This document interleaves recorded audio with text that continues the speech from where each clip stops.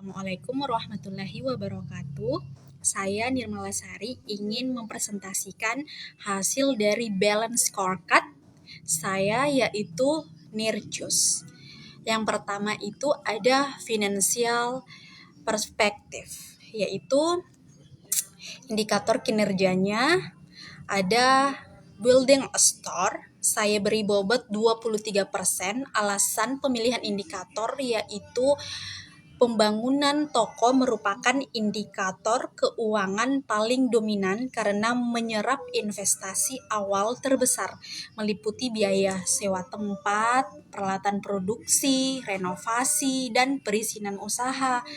Toko fisik berfungsi sebagai pusat operasional sekaligus sarana membangun citra merek dan kepercayaan konsumen. Lokasi yang strategis dan kesiapan toko akan sangat menentukan tingkat penjualan, stabilitas pendapatan, serta berkelanjutan usaha Nirjus dalam jangka menengah dan panjang.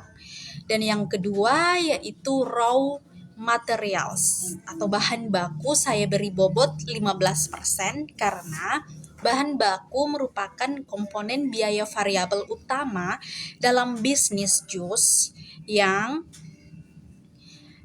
secara langsung mempengaruhi kualitas produk, cita rasa, dan kepuasan pelanggan. Pengelolaan bahan baku yang efisien membantu memastikan ketersediaan produk setiap hari bagi bisnis pemula seperti Nirjus. Kontrol bahan baku menjadi faktor penting Nirjus dan dalam menjaga kesehatan arus kas dan stabilitas operasional.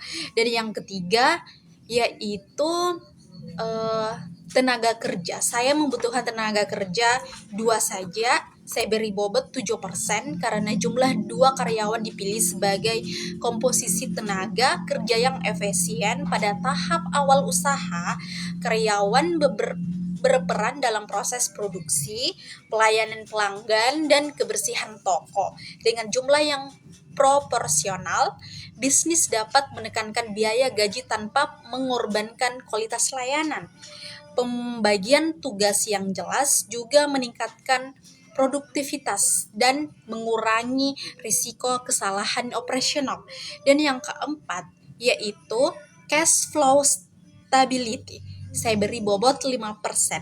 Stabilitas arus kas mencerminkan kemampuan Nirjus dalam mengelola pemasukan dan pengeluaran secara seimbang. Banyak usaha kecil gagal bukan karena kurangnya permintaan, melainkan karena lemahnya pengelolaan keuangan. Oleh karena itu, lemahnya pengelolaan keuangan, indikator ini penting untuk memastikan bisnis mampu memenuhi kewajiban operasional seperti pembelian bahan baku, pembayaran gaji, dan biaya rutin lainnya secara berkelanjutan.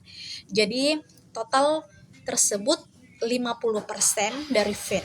Kemudian bagian B yaitu customer perspective Just saya beri 25%.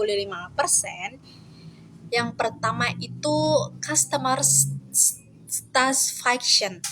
satisfaction level, saya beri bobot 8% karena tingkat kepuasan pelanggan menjadi indikator utama.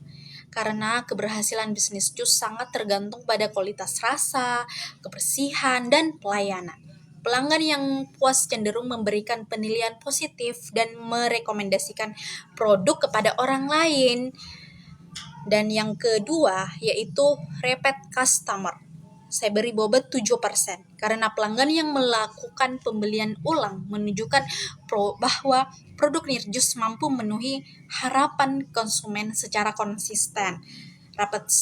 Repeat customer menciptakan penjualan yang lebih stabil, memengaruhi ketergantungan pada promosi besar-besaran, serta menjadi dasar pembentukan loyalitas pelanggan dalam jangka panjang. Dan yang ketiga yaitu number of customer complaint saya beri 6% karena jumlah keluhan pelanggan digunakan sebagai indikator pengendalian kualitas. Keluhan memberikan informasi penting terkait kelemahan produk atau layanan bagi bisnis pemula. Pengelolaan dan penanganan keluhan secara tepat dapat menjadi sarana evaluasi dan perbaikan berkelanjutan. Dan yang keempat yaitu customer perceived value. Saya beri 4%. Nilai yang dirasakan pelanggan mencerminkan kesesuaian antara harga dengan kualitas produk dan layanan yang diterima. Jika pelanggan merasa memperoleh nilai yang tinggi, maka tingkat loyalitas akan meningkat dan daya saing Nirjus terhadap kompetitor akan semakin kuat. Dan totalnya JUS yaitu 25%. Dan internal business process perspective saya beri bobot 15%. Pada indikator kinerja yang pertama yaitu production and serving speed saya beri 6% karena kecepatan produksi dan penyajian berpengaruh langsung terhadap kesegaran jus dan kepuasan pelanggan. Proses yang efisien membantu mengurangi antrian, meningkatkan volume penjualan harian, serta menciptakan pengalaman pelanggan yang positif. Dan yang kedua, flavor consistency rate saya beri 4% karena konsisten rasa menunjukkan penerapan standar operasional yang baik. Dan yang kemudian raw material efisiensi saya beri 2% karena efisiensi bahan baku bertujuan untuk minimalkan limbah buah dan sayuran yang mudah rusak. Dan yang kemudian itu higien dan cleanliness complaint saya beri 3%. Karena kepatuhan terhadap standar kebersihan sangat penting dalam bisnis makanan dan minuman. Kebersihan area produk dan penyajian mempengaruhi persepsi kualitas, keamanan produk, serta kepercayaan pelanggan terhadap Nirjus. Dan bagian D yaitu learning growth dan perspektif atau LNG saya beri 10%. Indikator pada kinerja tersebut yaitu employee skill improvement saya beri bobot 4% karena peningkatan keterampilan karyawan meliputi pemahaman shop, teknik pembuatan jus, kebersihan, dan pelayanan pelanggan. Karyawan yang kompeten akan menghasilkan produk yang lebih konsisten dan pelayanan yang profesional. Dan yang kedua, employee produktivitas 1% karena produktivitas karyawan mengukur efektivitas kerja dalam memanfaatkan waktu dan sumber daya yang tersedia. Indikator ini penting agar bisnis tetap efisien tanpa harus menambah jumlah tenaga kerja. Dan yang ketiga yaitu new menu innovation. Saya beri bobot 3% karena inovasi menu membantu Nirjus beradaptasi dengan tren dan preferensi konsumen. Inovasi yang terukur dapat meningkatkan daya tarik produk dan mencegah kejenuhan pelanggan. Dan yang keempat yaitu employee motivation dan engagement yang saya beri bobot 2% karena motivasi dan keterlibatan karyawan berpengaruh langsung terhadap kualitas layanan dan keberlangsungan usaha.